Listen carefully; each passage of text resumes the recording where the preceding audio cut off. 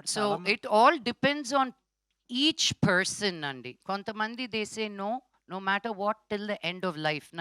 నేను ఎంత సఫర్ అయినా పర్వాలేదు, నన్ను ఎన్ని కోట్లు కొట్టినా పర్వాలేదు, నన్ను ఎంత చంపినా పర్వాలేదు, నేను ఆయనతోటే ఉంటానని. ఏడవండి, దట్స్ యువర్ లైఫ్.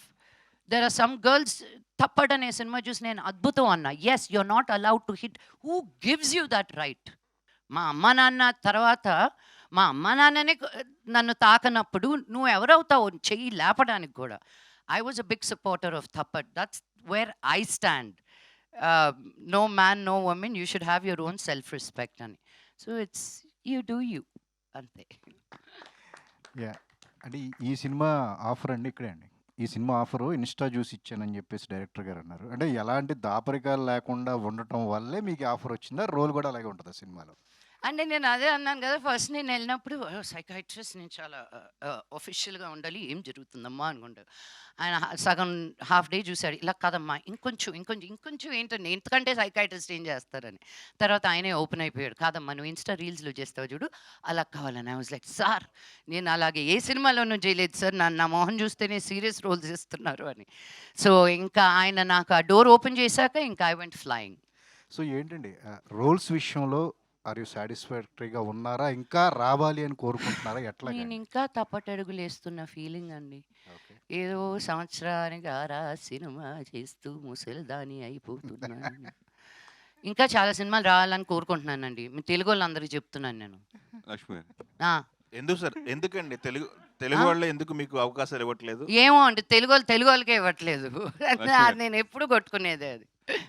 ఈ సినిమా పర్టికులర్గా ముంబైలో 2 లాంగ్వేజ్లో డబ్బింగ్ చెప్పడానికి కారణం ఏంటి? అక్కడ డబ్బింగ్ చెప్పడానికి కారణం ఏంటి? అంటే ప్రొడక్షన్కి అదే చీప్గా అనిపించింది ఉంటుంది. ఒక ఫ్లైట్ టికెట్ తోటి అయిపోయేది. ఇప్పుడు నేను వచ్చాను అనుకో బ్యాండ్ మేళం. So it was just easier, truth be told. Yeah, నేనే అడిగాను, ఒక్క రైటర్ ఇక్కడికి వస్తే అయిపోద్ది కదా. ఇప్పుడు నేను వచ్చి, అండ్ ఎస్పెషలీ నేను ఇష్టపడను రావడానికి పాపను వదిలేసి. లాస్ట్ మినిట్ అక్కడికి వచ్చి జరిగే పనులన్నీ అక్కడికే పిలిపించుకుంటున్నాను అందరిని. అంటే జనరల్గా ఇప్పుడు బొంబాయి వెళ్ళి ఇదివరకు ఇక్కడ తెలుగు అమ్మాయిలు కూడా అక్కడికి వెళ్ళి హీరోయిన్లు అవ్వాలని కోరుకుంటారు. అప్పుడు అక్కడి నుంచి ఇక్కడికి వచ్చి హీరోయిన్లుగా అవ్వాలని కోరుకుంటుంది. ఆ డిఫరెన్స్ గురించి మీరు ఏం చెప్తారు? నేను అదే అన్నాను కదా, ఒక లాంగ్వేజ్ అనేది ఉండకూడదని. ఇప్పుడు సాయి పల్లవి హిందీలో చేస్తుంది, మలయాళం అమ్మాయి. సమాంత తమిళ అమ్మాయి, హిందీలో ఉంది. So it's just representation. మంచి యాక్టర్స్ ఉన్నప్పుడు, ఇప్పుడు రవీనా టండన్ కూతురు డాడీ కూతురుగా చేస్తుంది.